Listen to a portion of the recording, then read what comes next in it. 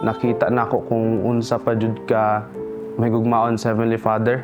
Siya mismo nangitag way na mas masabtan nato and ma-feel nato yung message sa music, especially sa itong mga hymns. As a member, no, I've been singing English hymns. Learning about Cebuano hymns, it's like learning where I came from and receiving the spirit, no, through the hymns from my own native language.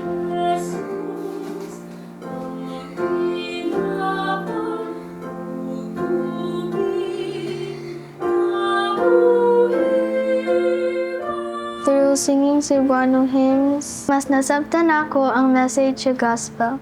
Ngayon ko lang na-appreciate ang beauty ng hymns. It's because they understand. So I hope everyone don't neglect itong language nyo. This is really beautiful. I think wala na ito na-appreciate tanan ng mga beautiful hymns sa church. Tungkol kay in English dun sila, hindi tanan kita makasabatan na. So I think kung in Cebuano siya, mas easy nga maka-relate sa song. Kay mauman imong first language, mas dali nimo siya masabtan.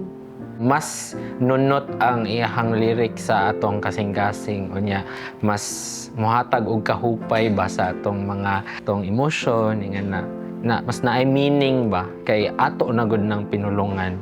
It's a blessing na ma-sing nako out loud ang peace na mahatag sa hymns.